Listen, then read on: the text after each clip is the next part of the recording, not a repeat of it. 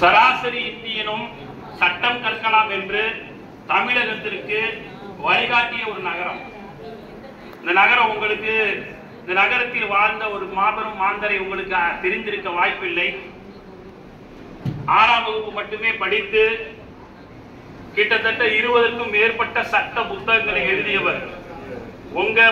உங்க ஊரை சேர்ந்தவர், அருப்புக்கோட்டையை சேர்ந்தவர் செந்தமிழ் கிளார்.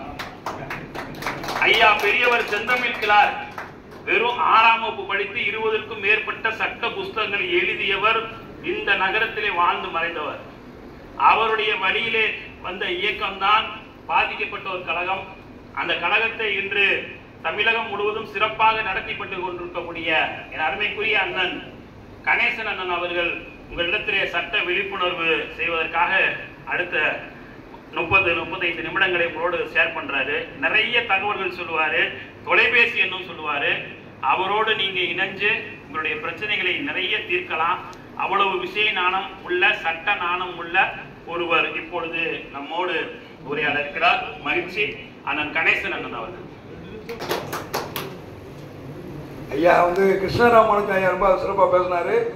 இதுக்கு முன்னாடி நிகழ்ச்சியில் பேசினவங்க ஒவ்வொருத்தரும் மிகச்சிறப்பாக சொன்னாங்க. அவங்க சொன்னது பூரா தகவல் அறியும் உரிமை சட்டத்தை பற்றி தான் மேக்சிமம் அதிகமாக கலந்துருப்பாங்க. இப்போ நம்ம அதுலேருந்து கொஞ்சம் வித்தியாசமாக பேசணுங்கிறதுக்காக தான் என்னை அழைச்சிருக்கிறாங்க. இந்த நிகழ்ச்சியை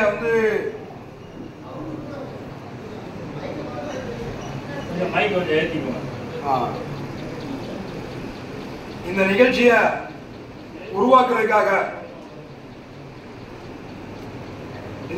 உருவாக்குறதுக்காக கந்தசாமியும் நானும் முயற்சி பண்ணோம் அருப்புக்கோட்டையில். அந்த முயற்சிக்கு கிடைச்ச வெற்றி தான் இப்போ நாம பகிர்ந்துக்கிறோம்.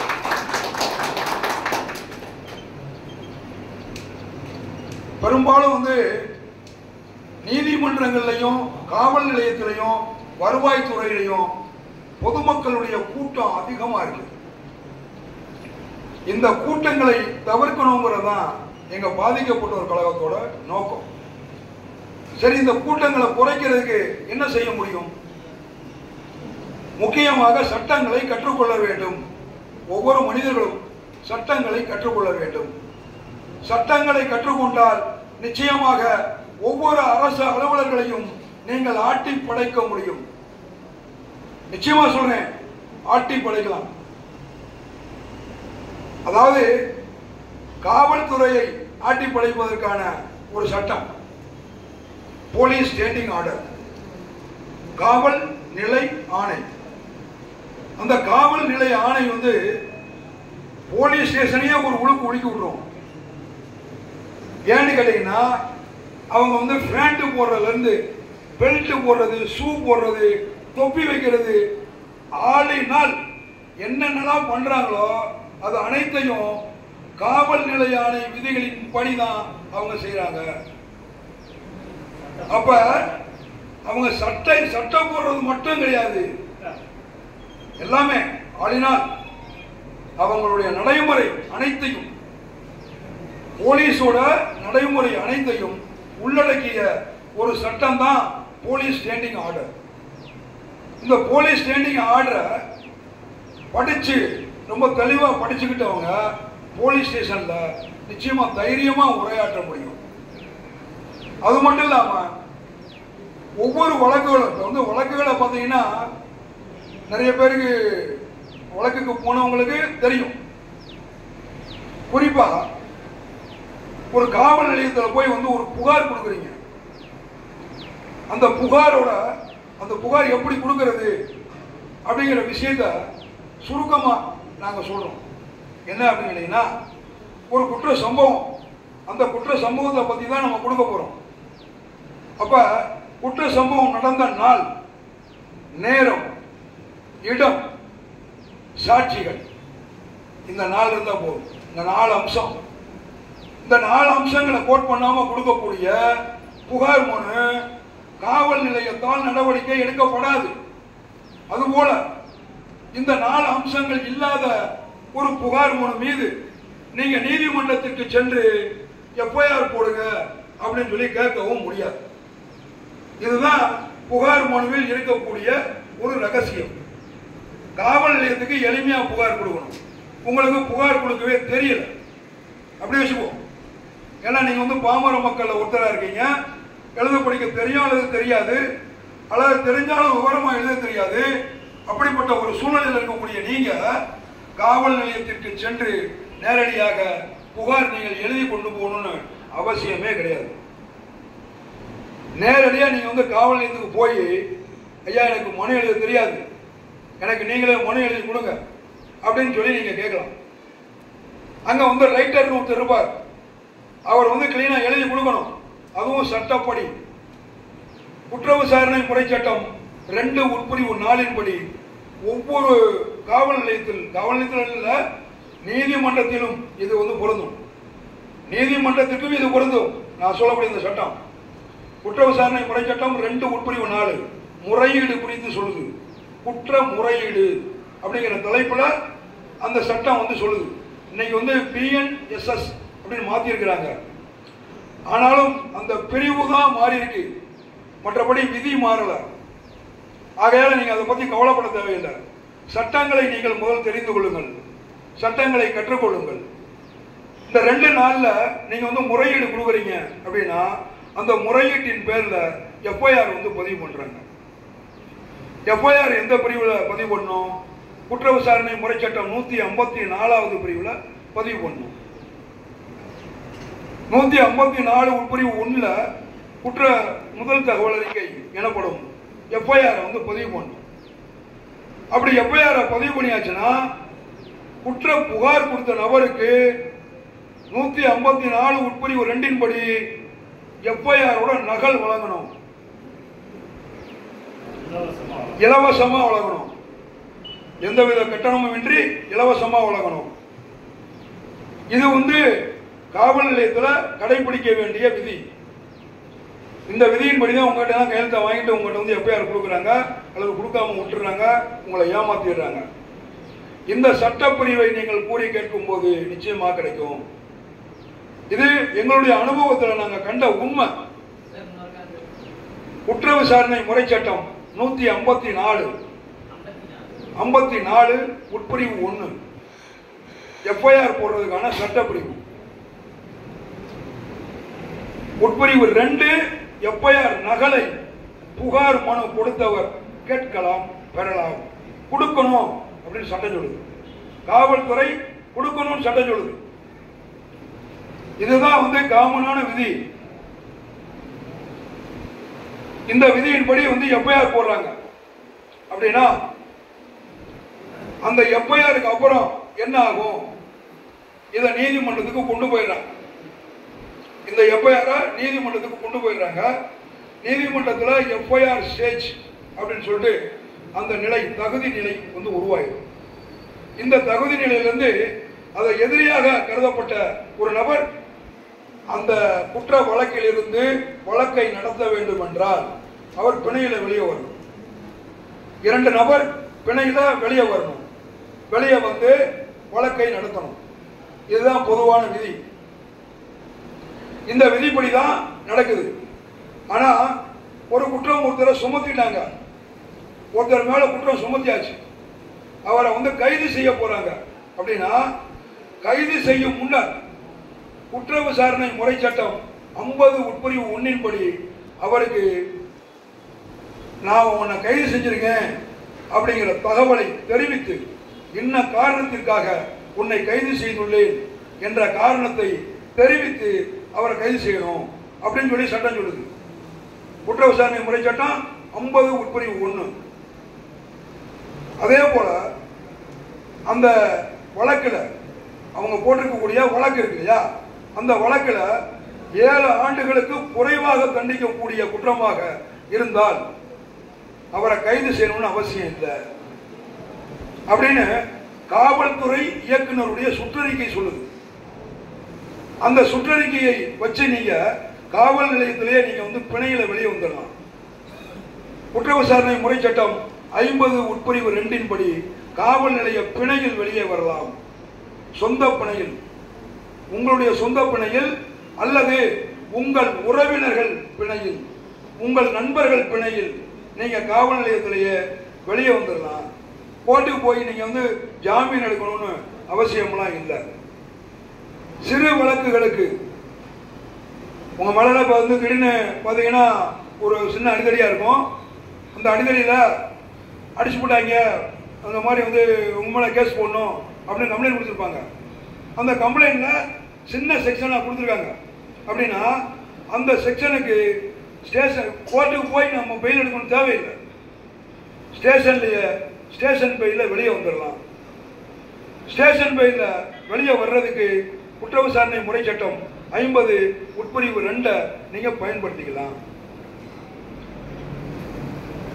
ஸ்டேஷன் பெயில வெளியே வர்றோம், வந்ததுக்கு அப்புறம் அடுத்து என்ன நடக்கும்? அல்லது கோர்ட்டு பெயில வெளியே வர்றோம், வந்ததுக்கு அப்புறம் என்ன நடக்கும் அப்படிங்கிறது இப்ப நம்ம பேச போறோம். அடுத்த கட்டமா ஒரு குற்ற பத்திரிகை ஒன்று தாக்கல் பண்றாங்க காவல்துறையில. அந்த குற்ற பத்திரிகைய தாக்கல் பண்ணி எதிரிக்கு வழங்கணும். அப்படி எதிரிக்கு வழங்கும் போது நீதிமன்றத்தில் எதிரிக்கு அவங்க வந்து வழங்குறாங்க. காவல்துறை வந்து குற்றப்பத்திரிகை எதிரிக்கு வழங்குறாங்க. அப்படி வழங்குவது தான் இரண்டாவது நிலை, இரண்டாவது ஸ்டேஜ். குற்றப்பத்திரிகை எதிரிக்கு வழங்குறது இரண்டாவது ஸ்டேஜ். அந்த இரண்டாவது ஸ்டேஜ்ல குற்றப்பத்திரிகை எதிரிக்கு வழங்கினதுக்கு அப்புறம் அது சம்பந்தமா ஒரு 2 நாட்கள்லயோ அல்லது 3 நாட்கள்லயோ ஒரு கேள்வி எழுப்பப்படும். அந்த கேள்வியிலேயே நீங்க வந்து அதாவது குற்ற விசாரணை முறை சட்டம் 313ல கேள்வி எழுப்புறாங்க நீதிமன்றத்தில். என்ன கேள்வி எழுப்புறாங்க? ஐயா, இந்த மாதிரி வந்து போலீஸ் வந்து உன் மேல கேஸ் போட்டிருக்கு, இந்த மாதிரி என்ன கொடுத்த புகாரின் பேர்ல அந்த புகாரை நீ வந்து ஒப்புக்கொள்றியா இல்ல நீ நடத்துறியா அப்படின்னு சொல்லி நீதிமன்றம் கேள்வியை எழுப்பும். அப்படி கேள்வியை எழுப்பும் போது நீங்க துணிச்சலா பதில் சொல்லலாம். இல்லைங்க, நான் அந்த குற்றத்தை செய்யல அப்படின்னு நீங்க சொல்லலாம். அப்படி சொல்லும் போது நீதிமன்றம் என்ன சொல்லும்? வழக்கறிஞர் வச்சிருக்கீங்களான்னு கேட்கும். இதுதான் வழக்கமான நிலை. ஆனால் எங்கள் பாதிக்கப்பட்ட ஒரு கழகம் ஒரு வித்தியாசமான ஒரு நிலையை எடுக்கும். இந்த இடத்துல குற்ற விசாரணை முறை சட்டம் 315வது பிரிவு ஒரு எதிரியும் சாட்சியாவதற்கு தகுதியானவர்னு சொல்லுது. இந்த சட்டப்பிரிவை எந்த வழக்கறிஞரும் பயன்படுத்துறதே இல்லை. ரொம்ப ஆதங்கத்தோட சொல்றேன். நான் உங்க மேல வேற ஒரு கோபமோ அல்லது வெறுப்போ கொண்டு நான் பேசவில்லை. மிகுந்த ஆதங்கத்தோடு சொல்கிறேன். அத ஏன் கேட்டீங்கன்னா, பொதுவா ஒரு பொய் வழக்கிற்கு ஆட்பட்டு ஒரு நபர் வந்து இருக்காரு, உள்ள ஜெயில இருக்காரு அல்லது வெயில வெளியே வந்து கேஸுக்காக உள்ள வர்றாரு அப்படின்னா ஆரம்ப கட்டத்திலேயே முளையிலேயே கிள்ளி எறிய வேண்டிய விஷயம் அது. நீதிமன்றத்தில் போயிட்டே இருக்கணுமா? அவசியம் இருக்கா நமக்கு? இல்ல. அப்படிப்பட்ட ஒரு நிலையில் 315வது பிரிவு படி நீங்க வந்து ஒரு மனு தாக்கல் பண்ணலாம். எப்படி? நான் இந்த வழக்கில் சாட்சியாக ஆவதற்கு தகுதியானவன், இந்த வழக்கு பொய் வழக்கு, இது பொய் வழக்கு என நிரூபிக்க என்னால் முடியும், ஆகையால் எனது சாட்சியத்தை ஏற்றுக்கொண்டு இந்த பொய் வழக்கில் இருந்து என்னை விடுவிக்க வேண்டும் அப்படின்னு சொல்லி நீங்க கேட்கலாம். உங்க வழக்கில் பிற எதிரிகள் இருக்கிறாங்க, இன்னும் 2-3 பேர் இருக்காங்க அப்படின்னாலும் அவங்களையும் இந்த சட்டப்பிரிவின் கீழ் கொண்டு வர முடியும். இதே சட்டப்பிரிவின் கீழ் கொண்டு வர முடியும். இந்திய சாட்சிய சட்டம் 133வது பிரிவு அவற்றை உறுதி செய்கிறது. 133வது பிரிவு என்ன சொல்லுது? உடன் குற்றவாளிகள் சாட்சி சொல்வதற்கு தகுதியானவர் அப்படின்னு சொல்லுது. ஒரு குற்றவாளி இருக்காரு, முதல் குற்றவாளி, அதுக்கு அடுத்து 2வது குற்றவாளி, இப்படி வரிசையா இருக்கிறாங்க அப்படின்னா அந்த உடன் குற்றவாளிகள் அனைவரும் இந்திய சாட்சிய சட்டம் 133வது பிரிவு படி சாட்சியாவதற்கு தகுதியானவர்கள் தான். அவங்களும் சாட்சி சொல்லலாம் அப்படின்னு அந்த சட்டம் சொல்லுது, உறுதியா சொல்லுது.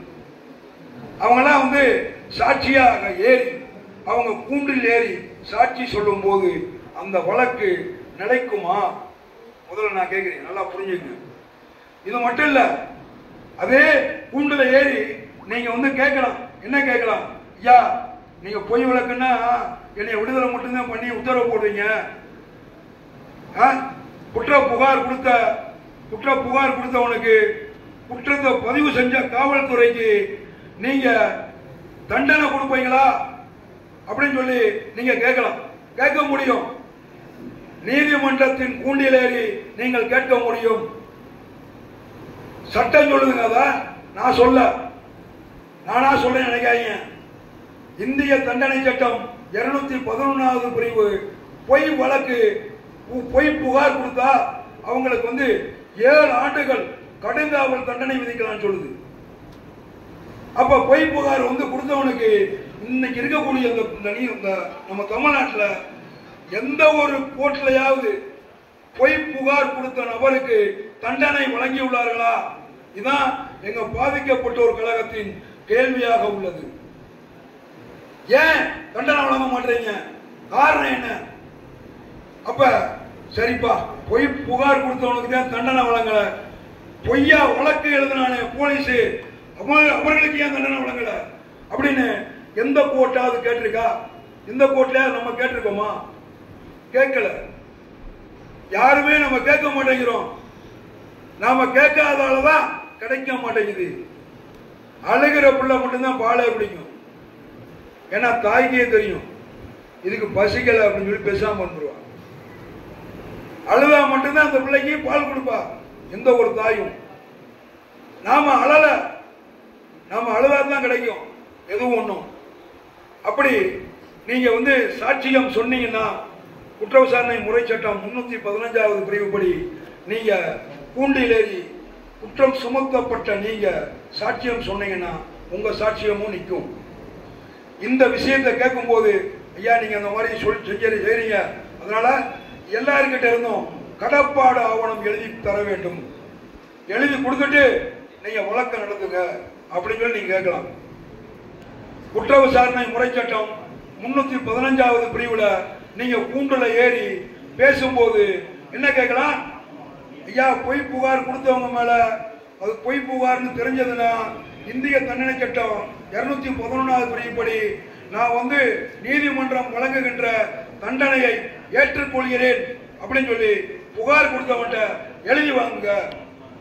அதே போல பொய்யான வழக்கை பதிவு செய்த காவல்துறைக்கு இந்திய தண்டனை சட்டம் 167வது பிரிவுப்படி தண்டனையை நான் ஏற்றுக்கொள்கிறேன் என்று காவல்துறையிடமிருந்து கடப்பாடு ஆவணத்தை எழுதி பெறுங்கள்.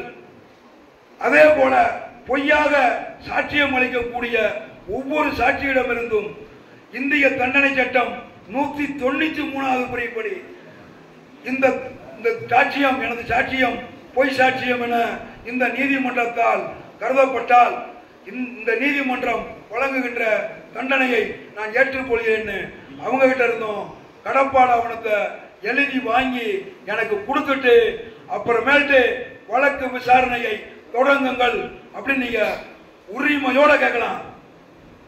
அது வந்து உங்களுக்காக ஏற்படுத்தப்பட்ட நீதிமன்றங்கள், மக்களுக்காக ஏற்படுத்தப்பட்ட நீதிமன்றங்கள். இவற்றை சொல்லித் தருவதற்கு வழக்கறிஞர்கள் தயாராக இல்லை. எங்கள் பாதிக்கப்பட்டோர் கழகம் தயாராக இருக்கிறது. எங்க ஐயா சொன்னாரு, என்ன சொன்னாரு? எந்த நிமிஷமா இருந்தாலும் சரி பொய் வழக்குன்னா கூப்பிடு, நான் வர்றேன் அப்படின்னு. அதே தான் நாங்களும் சொல்றோம். பொய் வழக்குன்னா எங்களை கூப்பிடுங்க, உறுதியா வருவோம்.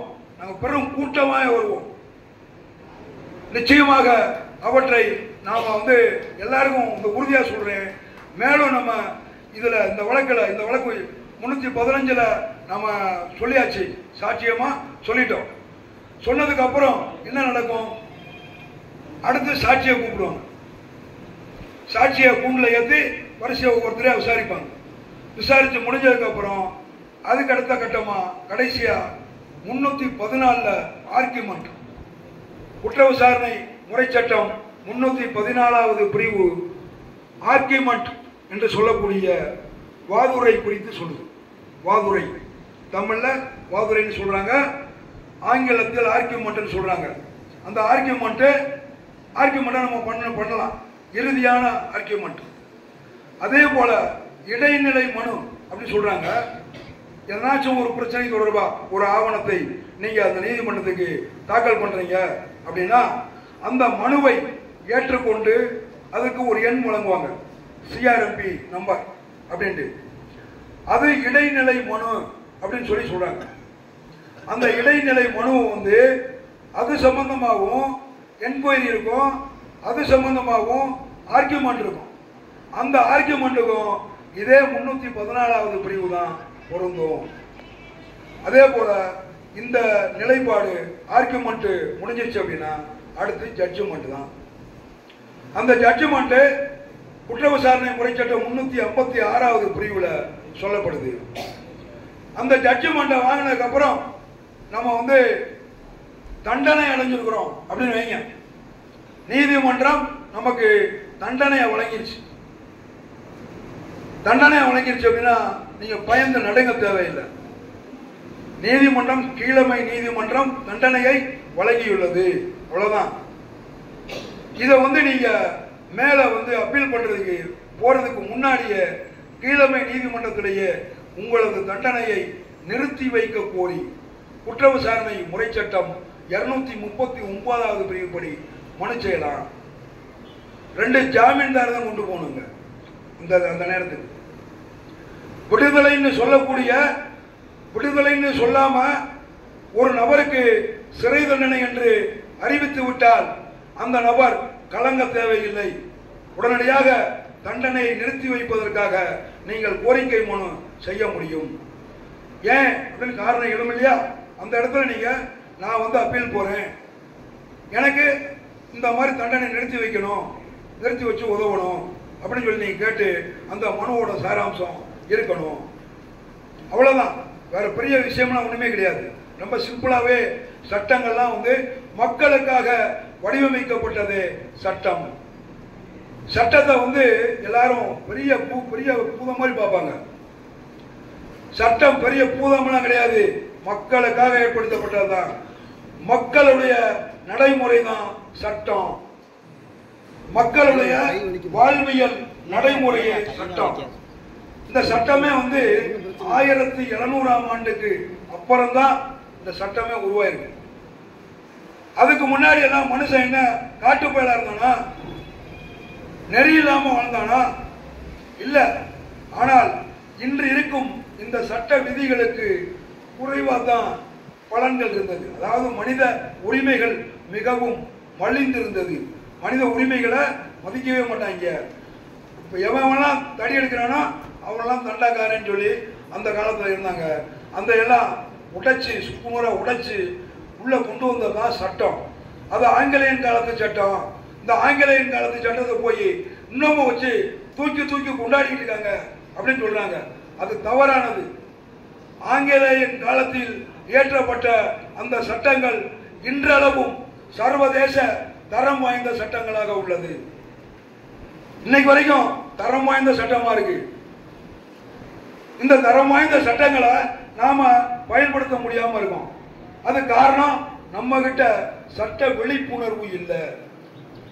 இந்த சட்ட விழிப்புணர்வு இல்லாததாலதான் நாம இந்த அளவுக்கு தேங்கி போயிருக்கோம். எல்லா நிலைகளையும் தேங்கி இருக்கோம். கோர்ட்ல போய் கையை கட்டுறோம், அரசு அதிகாரிகிட்ட போய் கையை கட்டுறோம், போலீஸ் ஸ்டேஷன்ல போய் கையை கட்டுறோம். ஏன் கையை கட்டுறீங்க? எந்த ஒரு தவறும் செய்யாத ஒரு நபர் தங்கள் உரிமையை மிகவும் துணிச்சலோடு கேட்டு பெற முடியும். இது எங்களுடைய கருத்து.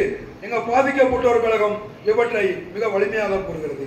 ஒவ்வொரு மக்களுக்காகவும் இதை சொல்றோம் நாங்க. மேலும் கோர்ட்ல வந்து நீங்க கூட கேள்விப்பட்டிருப்பீங்க வாய்தா. இந்த வாய்தாவுக்கு வந்து ஒரு சின்ன கதை என்ன அப்படின்னா, என்னுடைய நண்பர் ஒருத்தர் ஒரு கவிதை எழுதினார். வாதியும் பிரதிவாதியும் இறந்து போனான் என்றாலும் நீதிமன்றத்தில் வாய்தா. இது வந்து இந்த கவிதை வந்து சிரிக்கிற மாதிரி இருக்கும், ஆனா மிகுந்த வேதனையானதும் உள்ளர்த்தம் கொண்டதுமானதா இருக்கும். நீதிமன்றம் எவ்வளவு தூரத்துக்கு இருக்கிறாங்கன்றத சொல்லும். சரி, இந்த வாய்தாவை எப்படிங்க கொடுக்குறாங்க? இந்த கேள்வி என்னைக்காவது நீங்க கேட்டிருக்கீங்களா? வழக்கில் நீங்க வந்து எவ்வளவு பேர் இருப்பீங்க? இந்த வாய்தா எப்படி உருவாகுது? அதுவும் சட்டப்படி தாங்க உருவாகுது. நல்லா புரிஞ்சுங்க. நீதிமன்றத்தில் வழங்கக்கூடிய நீதிமன்ற ஒத்திவைப்பு எனப்படும் வாய்தா சட்டப்படி தான் உருவாகுது. இது எப்படிங்க சட்டப்படி அப்படின்னு நீங்க கேட்கலாம். உண்மைதான். சிஆர்பிசி குற்ற விசாரணை முறை சட்டம் 309 என்ன சொல்லுது அப்படின்னு கேட்டீங்கன்னா, ஒரு எதிரிக்கு குற்றப்பத்திரிகையை வழங்கிய நாளிலிருந்து தொடர்ந்து ஒவ்வொரு நாளும் விசாரணை செய்ய வேண்டும். நியாயமான காரணம் இருந்தா வழக்கை ஒத்திவைக்கலாம், அப்படி இல்லைன்னா வழக்கை ஒத்திவைக்க கூடாது, தொடர்ந்து நடத்தணும் அப்படின்னு சொல்லுது அந்த சட்டம் சொல்லுது. சரி, நியாயமான காரணம் எதுவாக கொள்றது? இப்படி ஒரு கேள்வி வருதுல்ல. நியாயமான காரணம், நியாயமே இல்லை, காரணமே இல்லை. அங்க ஐயா நீங்க வாய்தாலாம் போடக்கூடாது அப்படின்னு நம்ம என்னைக்காவது கேட்டிருக்கோமா?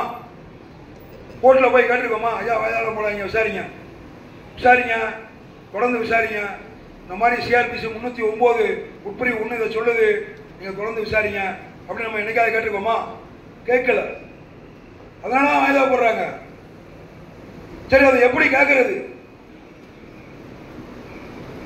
அந்த கேள்வி வருதுல, அது எப்படி கேட்கறது? நீதிமன்றத்தில் போய் குற்ற விசாரணை முறை சட்டம் 309 உட்பிரிவு 2 என்ன சொல்லுது அப்படின்னு கேட்டீங்கன்னா,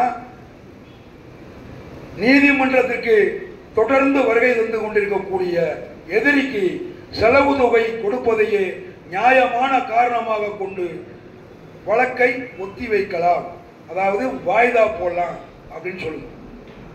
அப்ப செலவு தொகை கொடுக்கணும்னு, செலவு தொகை கொடுப்பதையே நியாயமான காரணமாக கொண்டு, நல்லா புரிஞ்சுங்க, செலவு தொகை கொடுப்பதையே நியாயமான காரணமாக கொண்டு வழக்கை ஒத்திவைக்கலாம் சொல்லுது.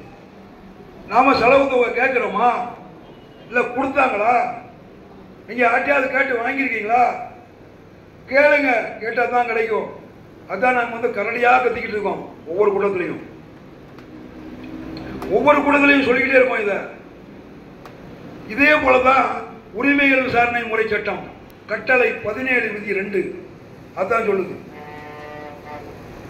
தொடர்ந்து நீதிமன்றத்திற்கு ஆஜராகி கொண்டிருக்கக்கூடிய வாதிக்கோ அல்லது பிரதிவாதிக்கோ செலவு தொகை கொடுப்பதையே நியாயமான காரணமாக கொண்டு வழக்கை ஒத்திவைக்கலாம் அப்படின்னு சொல்லுது. அதே சிவில் சிபிசி கட்டளை 17 விதி 1 என்ன சொல்லுது அப்படின்னா, தொடர்ந்து ஒவ்வொரு நாள் விசாரிக்கணும்னு சொல்லுது.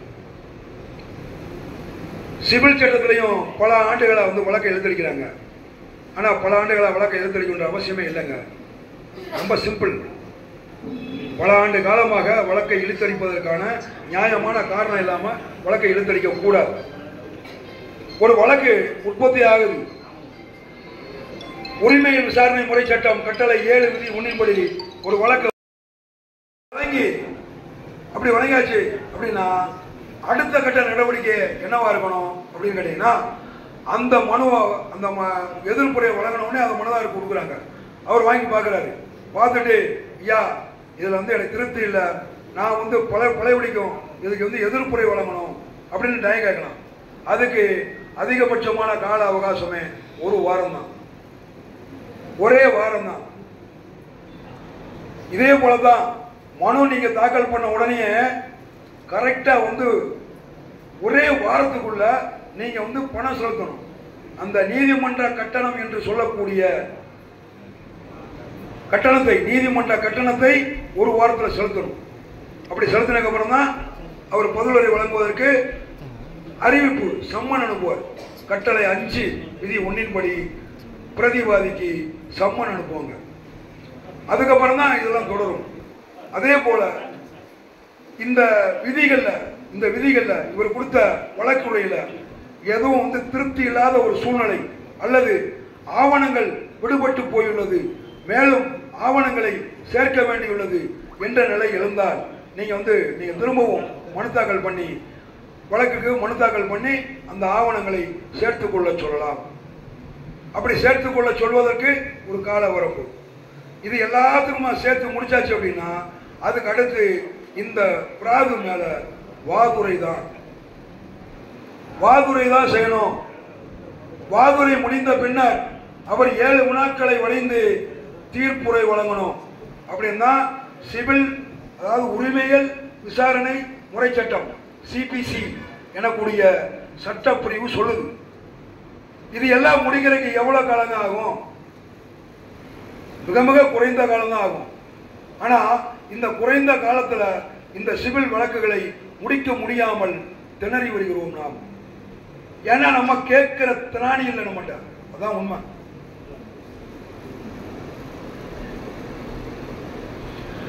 அதனால நம்மளாம் கேட்டோம் அப்படின்னா தான் கிடைக்கும். நமக்கு கேட்கலைன்னா கிடைக்கவே கிடைக்காது.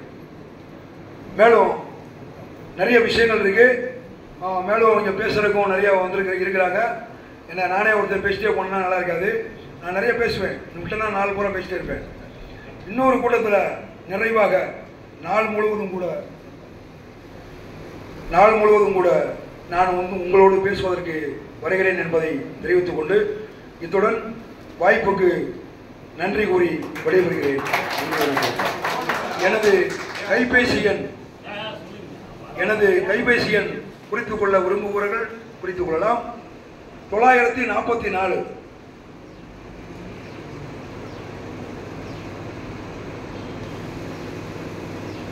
39 20 595 நோட்டீஸ்லேயே இருக்கும். நோட்டீஸ் கையில் வச்சிருக்கிறவங்க முன்னாடி திரும்பி பார்த்துக்கலாம். கந்தசாமி நம்பரும் என் நம்பரும் மட்டும்தான் அதில் நோட்டீஸில் இருக்கும். தேவைப்படுறவங்க எடுத்து பார்த்துக்கலாம். நன்றி, வணக்கம்.